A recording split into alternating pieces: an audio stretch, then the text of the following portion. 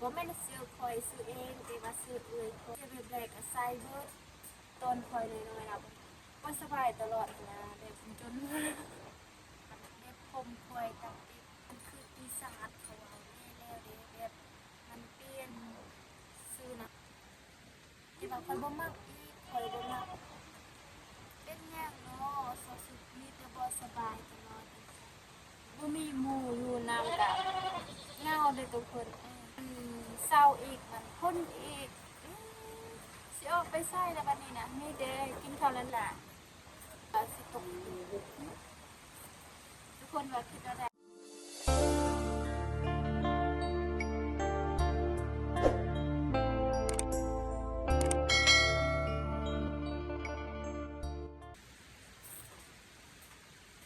อีกกดเห็นบ่แบบนี้ใส่แบบนี้แล้วแบบเสียแบบเสียก็ได้ป่ะได้ป่ะยังใส่ได้คือกันทุกคนอันนี้ก็ไม่ได้ซื้อคอยซื้อเองแต่ว่าซื้อเอยคอยแต่ว่าเสื้อเก่าๆเอยคอยน่ะตอนเอยคอยเป็นสาวซื้อเก่าเอยคอยไปยักใจละให้คอยนี่อย่างกะให้คอยบอดี้เนาะ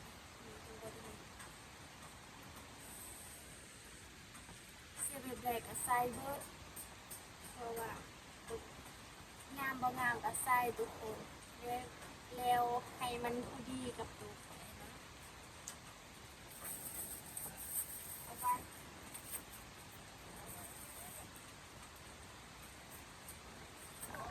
มันเย็นแล้วมันเป็นยังพอดีคือกันบอกทุกคนค่ะว่า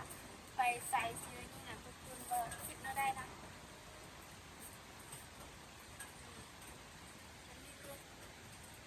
ถ้าเขาใส่เสื้อแบบนี้ทุกคนก็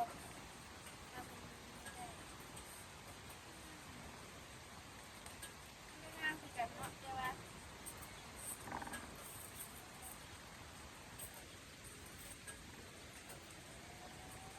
บางคนก็ว่าตอนคอยน้อยๆนะบางคนก็ว่าคอยก็คือสิเป็นสาวแบบคอยโตจิจ้อยนะทุกคนโตจิจ้อยนะตอนนี้แบบว่าสบายตลอดนะแบบคอยว่าสบายตลอดจนมีพอมีคอยคิดว่าคอยบ่รอดแล้วแบบคอยสิตายแล้วนะลูกแต่ว่าเขายังมีวาสนาเขายังบุญนะยังเป็นคนยังให้เป็นสาวเป็นบ่าวแบบคนอื่นนะให้อีกคนนี้เขาภูมิใจในลูกก็เลยว่าไงวันนี้ปวดนะขนาดนั้นเชื่อหวานข่อยกับว่าคิดว่าพอเขาเห็นข่อยเนี่ยตัวแล้วเนาะแล้วข่อยไว้ข่อยดูนะเวลานั้นนะข่อยบ่เคยท่านข่อยอยู่เฮือนข่อยบ่อยากลงจากเฮือนแต่ข่อยไม่ได้อยู่เฮือนข่อยทำแต่ทางตอนนั้นดูเขาก็จดหัวเนาะเห็นเนี่ยพ่อใหญ่แล้วมันต่างกันในตอนน้อยๆนะตอนน้อยๆนะเขาบอกไม่เคยเขาไปเนี่ยเลยเขาตอนน้อยๆเจ้านะไปสิบ่าวลืมเจ้าดีสุดเจ้าจะหายเด้อเคยว่าไม่ได้หายนะตอนน้อยๆนะมีผู้ว่าบ้านเฮามีแต่ว่าวเจ้านะถ้าเจ้าใหญ่แล้วค่ะเจ้ามักทันว่าอันนี้ว่าเขาเสื่อมเพิ่มทันว่าเจ้าสิมักภูเขาก็บ่อยากมักเพราะว่าเจ้าขี้หลายนี่วะใครอะจนว่าเนี่ยผู้ใดแกจงผู้ใดก็ว่าแกความโบงามความดำทุกคนตูด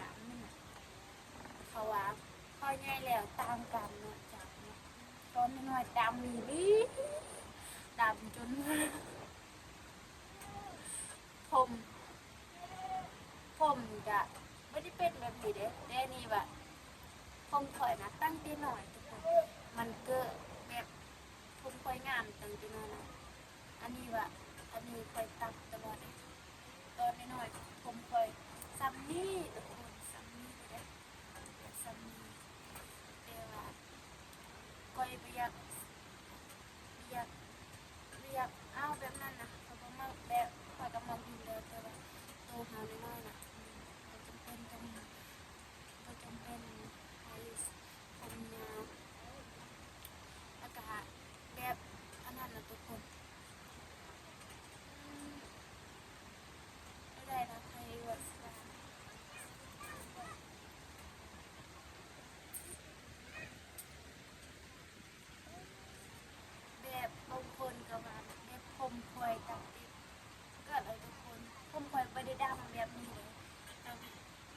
สีแดงทุกคนแบบเป็นสีแดงนะสีแดงเบิดในผมของสีแดงเบิดจนมีพอเคยว่าแบบมันคือมันคือปีศาจเขาว่า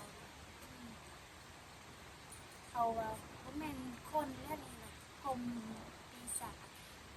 ผมปีศาจเลยนี่มันคือปีศาจเจ้าแม่นเขาว่านะแบบเว้าหยอกหั้นนะเจ้าบ่แม่นคนเจ้าเป็นคนปีศาจแล้วสักสิรู้พอจังเดียวคิดแล้วก็อับแต่ว่าเอาไปให้แล้วเด้แบบมันเปลี่ยนคือกันเนาะมันเปลี่ยนคือกันแล้วเขามักอยากได้สไตล์แบบได้นะเขาก็ยอมเอาสมัยนี้นะมีแบบมีหยังก็มีแหละเนาะสิ่งที่เขาอยากได้มันก็ได้แต่ว่าผมเซาสุด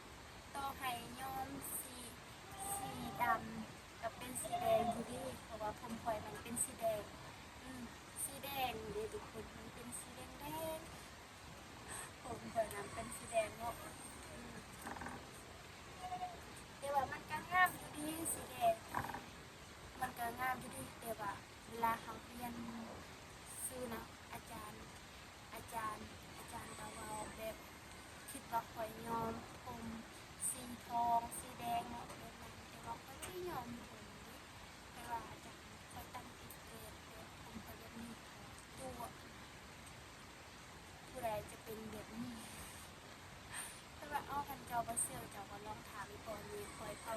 พอเขาถามแล้วมันก็เป็นแบบนั้นแบบที่ข่อยคิดเด้ว่าอาจารย์ว่ามันก็บ่คือเจ้าก็ต้องซื้อแบบสีผมแบบเจ้ายอมสีผมสีดำเนาะ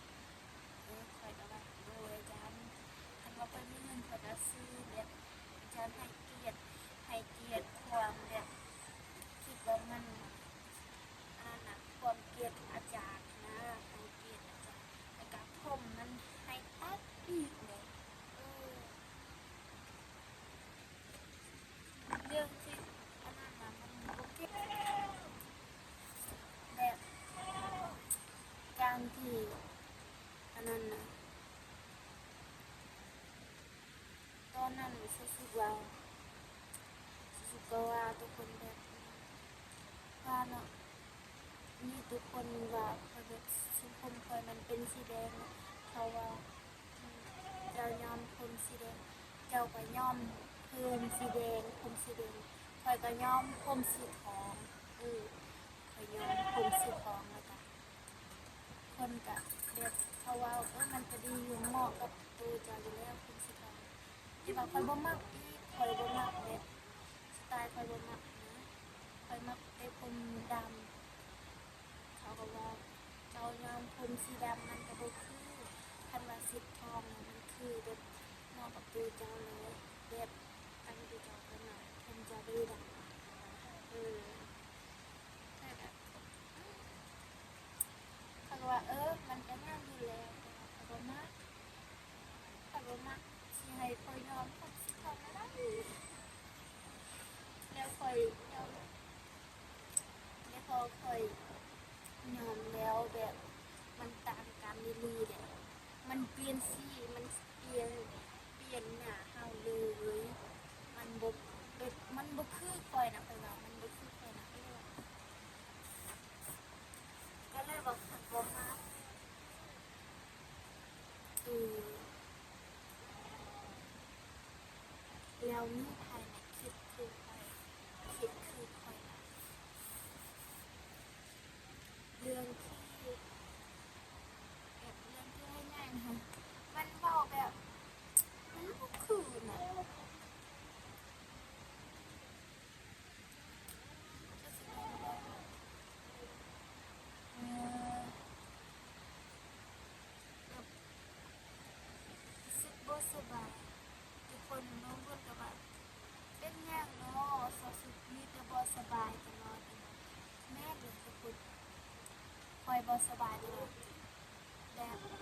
เวลาคอยรู้สึกบ่สบายนะคอยบ่ได้คุยบ่ได้เว้าอิหยังบ่ได้ปาอยู่คนเดียวอยู่คนเดียว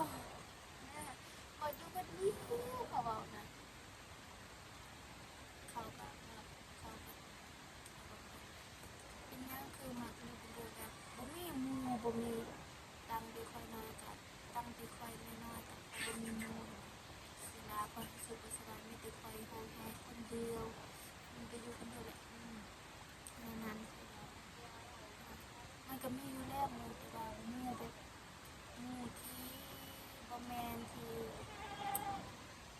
บ่อยากเป็นหมู่เฮามีแต่อยากให้เฮาก็บ่คิดเลยแล้วพอใหญ่แล้วไปมันรู้สึกมันบ่ดีคือเก่ายังรู้สึกบ่ดีคือเก่าก็คือเวลามีคนให้กับคอยนะคอยรู้สึกบ่ดีเลยคอยบ่มักคนให้แบบบ่มักคนให้กับเฮานะให้ไปใส่แบบเวลาเฮาอยู่แบบให้มีความสุขตลอดประมาณนั้นให้มีความสุขตลอดขนาดขนาดนั้นนะทุกคนบ่ขนาดอีหยังเขานะสุดๆก็บ่ออกเลยเด้ตอนนี้อีหยังเขาเราอยู่แบบนี้เรายังบ่เลย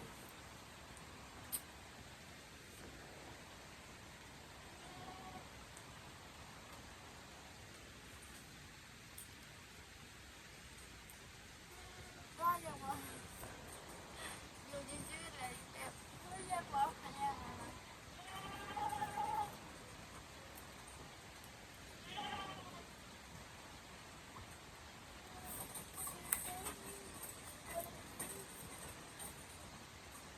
เสียงแย่ทุกคนตอนนี้ก็ประมาณ12 โมงแล้วนะทุกคนประมาณ12 โมงแล้วอืมคนก็ยังบ่เซาอีกยังบ่เซา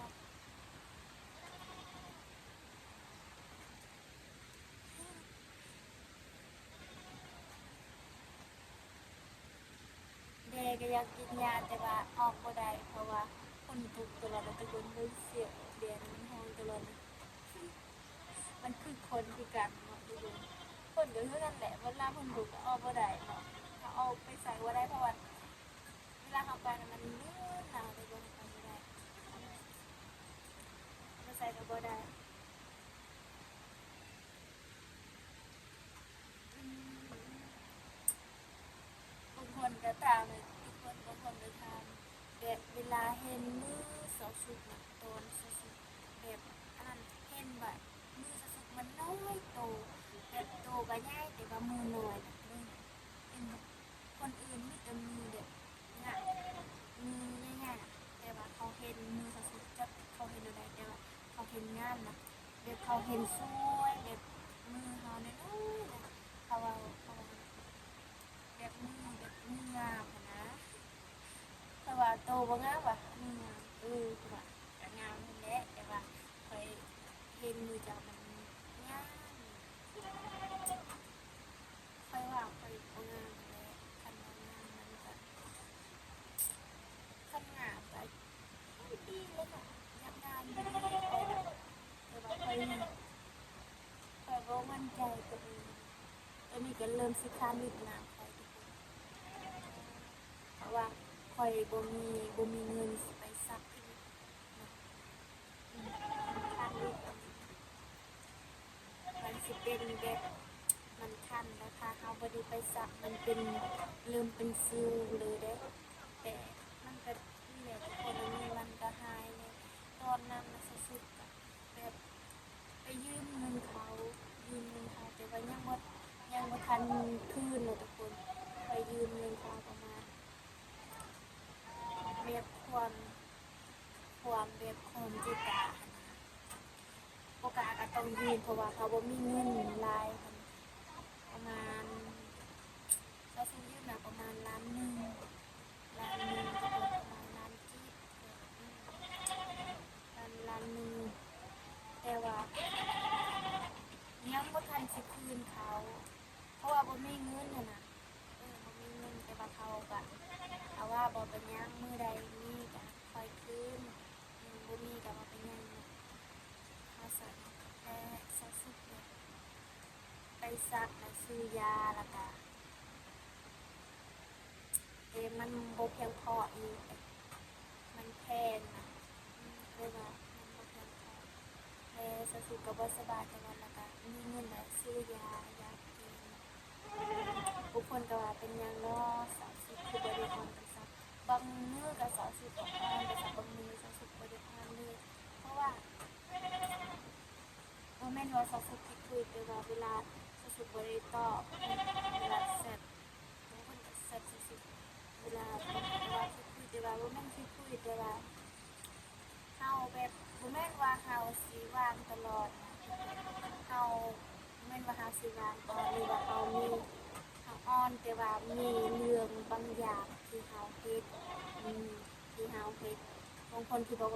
เข้าใจว่ามีอย่างอีหยังจะเฮ็ดน่ะยืนแต่สับแต่นี่เนี่ยนี่แหละแบบนี่แหละมีปัญหาเนาะในในตัวเฮาหรือว่ามีปัญหาในเรือนเฮาก็เสร็จบอกพี่น้องเฮาหรือว่ามันเป็นแบบนั้นเป็นอย่างนี้นะเฮาเสร็จบอกอันนั้นแบบเฮาบ่มีวางหั้นนะถึงว่าเฮาสิเปิดหรือว่าโทรศัพท์เฮามีบางอย่างที่มันลิ้นบ่ได้แล้วนั่นแหละทุกคนแต่โทรศัพท์เราสึกมันเป็นแบบนั้นตลอดเลยก็มันเวลาเราโทรศัพท์เราสึกมันเฮาบ่มีหยังบอกนะรู้สึกไปจนห้องหายทุกคนห้องหายแหละค่อยหายมาคิดตอนนั้นน่ะค่อยหายอันนั้นแล้วเขาเว้านะซ้ำนี่ก็เจ้ายังห้องหายเจ้าแบบเฮ็ดแบบเล็กน้อยตลอดเลยนะเธอค่อยห้องหายแหละค่อยบ่ห้องหายค่อยเฮ็ดอีหยังบ่เป็นหรือค่อยห้องหายมีแต่ห้องหายมีแต่ห้องหายอย่างเดียวเพราะว่าสิห้องหายอะไรค่อยเฮ็ดให้มันก็เจ้ายิ้มคือเก่า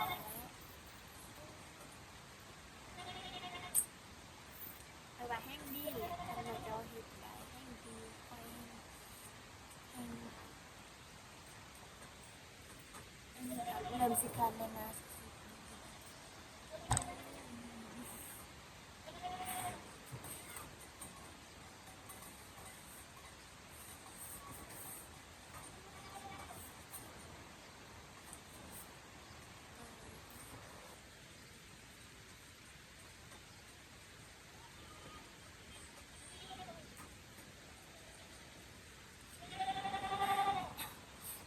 บางคนที่แบบบ่ฮู้ว่าคิดว่าบ่แบบบ่คิดว่าเศร้าสุขนั่นน่ะคิดว่าเศร้าสุขมันเป็นคนแบบนั้นแบบนี้นะแต่ว่าความจริงไปบ่ฮู้นี่ก็ทุกคนหรือว่าเรื่องที่ผิดที่บ่ผิดนะควรจะบอกกันคนเฮาน่ะถ้าเฮาแบบโอ๊ยจักอีหยังเนาะทุกคนสิเว้าหยังบ่ออกเลยบัดนี้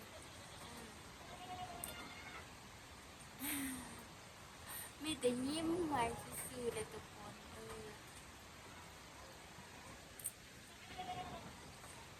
บ่มีหมู่อยู่นำกับเหงาเลยทุกคนถ้าว่ามีหมู่อยู่นำก็น่าจะดีกว่าที่มีดึงนำหรือว่ามีหมู่แบบหมู่ผู้สาวหั้นนะมีผู้หญิงอะไรบ่หมู่ผู้ชายหมู่ผู้ชายก็ได้มามีแบบมาลิ้นนำกันหั้นนะหรือว่าบางคนที่บ่มักเลยแต่ก็สำหรับสุดๆก็มีผู้ใดอยากไปเรียนก็ไปเรียนอยากไปหาก็ไปหาแหละเนาะแบบเฮายินดีต้อนรับแบบผู้ใดอยากไปเบิ่งวิธีเสาสุขก็ไปหาได้สุดถามได้แต่ว่าบ่มีหยังสิกินแต่ว่าเฮากินแต่มีหยังก็เฮากินนั่นๆนั่นแหละแล้วบางคนอะแบบเศร้าสุดมาเยอะไกล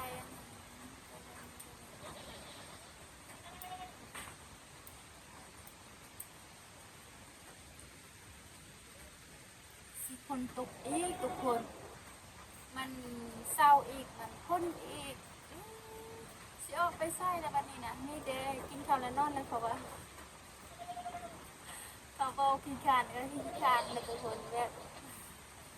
ค คนตกสิออกไปใส่ก็บ่ได้อืม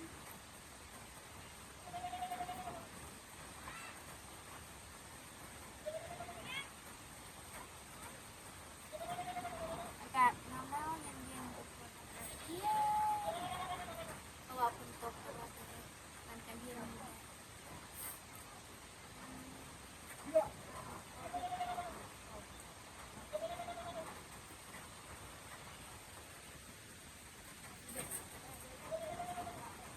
ู่แล้วเวลาสุกๆไปปล่อยคลิปทุกคนคนตกแบบนี้แต่เศร้าปล่อยแต่เศร้านะคนตกแบบนี้ก็อยู่หันแหละบางคนก็ว่าเจ้ายอดอะไรยังเจ้าเกลอะไรยัง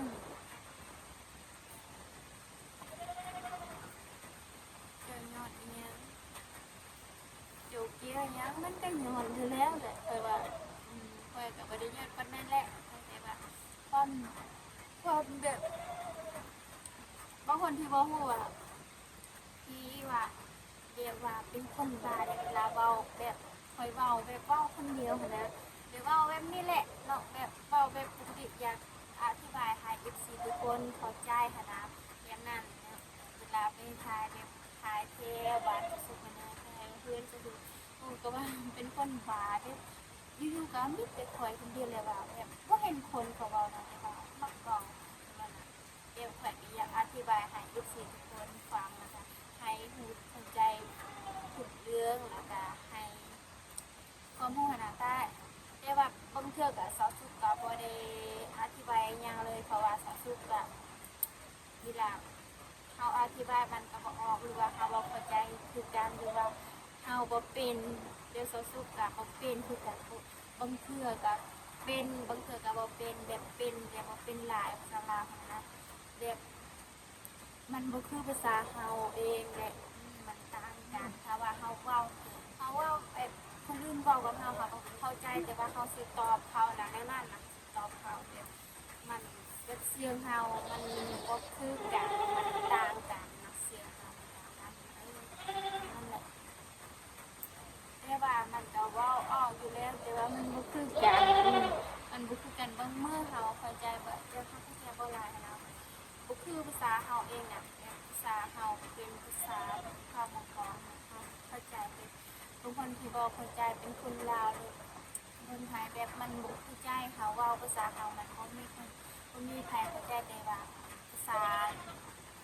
าเฮาเองนะเป็นคนลาวคือเฮาเองมันก็เข้าใจเวลาเขาเว้าแต่ว่าคนลาวมันก็บ่เข้าใจเลยเวลาเขาหรือว่าเขาเป็นหนังสือเขาก็เป็นอยู่เลยเข้าใจว่าภาษาเฮานั่นแหละแต่ว่าความจริงนะแต่ว่าบางคนที่บ่เข้าใจก็บ่เข้าใจแหละคนลาวทั้งคือเฮาแหละบางคนก็บ่เข้าใจภาษาลาวเนาะแต่ว่าสาวสุขก็บ่เข้าใจกันบ่เป็นคือกันแต่ว่าความแบบเฮาเป็นคนทุกคนอย่างนั้นความอยากรู้ภาษานะอยากเป็นอยากเป็นที่อยากเว้าตัวเองให้มันสลัดขึ้นให้สลัดกว่านี้แต่ว่าบ่มีไผดอกว่าเฮาคือว่าเฮาสิไปใส่เฮาลืมภาษาเฮาบ่ได้มันก็คือภาษาของเฮาเองตามที่เฮาเกิดมาเฮาก็พูดภาษาเฮาแบบนั้นเฮาสิปะภาษาเฮามันบ่ได้บางคนก็ว่าไปเฮ็ดเวียกนานแล้วโดนแบบโดนเก็บปี4-5 ปีก็ลืมภาษาตัวเองได้แต่ว่าบางคนก็บ่ลืมภาษาตัวเองบ่ได้เลยยังจำแต่ว่าเขาเว้าภาษาลาวก็เว้าแบบเวลาเขาอยู่กับเราวเทิงเขาก็เว้ากับภาษาเราวเทิงเขาอยู่กับคนลาวเขาก็เว้าภาษาลาวนั่นน่ะแต่ว่าภาษาหยังที่เขาบ่เข้าใจเขาก็ฟังซื่อๆแหละเขาก็เว้าหยังบ่ออกเลยเขาบ่เข้าใจเขาบ่เข้าใจกับเขายิ้มซื่อเขาจะยิ้มซื่อๆเลยนั่นแหละแบบเขาบ่ฮู้ภาษาเลยเจ้าบ่ฮู้ภาษาค่อยหรือว่าค่อยบ่ฮู้ภาษาเจ้าแบบนั้นน่ะนะเขาก็ต้องยิ้มซื่อๆแหละเวลาไปใส่นั่นแบบคือคนที่บ่หยังบ่หั่นน่ะแบบคือคนอะไรเขาเอิ้นน่ะคนใบ้หั่นน่ะ ว่ายังบ่เมาถ้าชวนกินแล้วนะมันก็หัวตลอดทุกคนอยู่คนเดียวก็ไม่ก็แบบนี้เลยหรอกมีแต่ยิ้มมีแต่หัวนั่นแหละโดยขั้นตอนในสุดมันจะ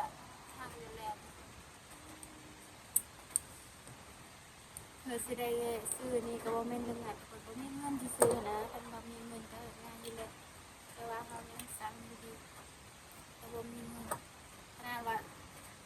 สบู่ที่สาวสุดสิอาบน้ำก็ยังบ่มีเลยทุกคนว่าสิงามบ่สาวแบบสาวสุดนี่นะยังก็บ่มียังก็บ่มีอยู่แต่อาบน้ำเปล่าๆมาเลยอาบน้ำแล้วก็มีแต่เอาก้อนหินดักขัดค่ะขัดตีนแล้วก็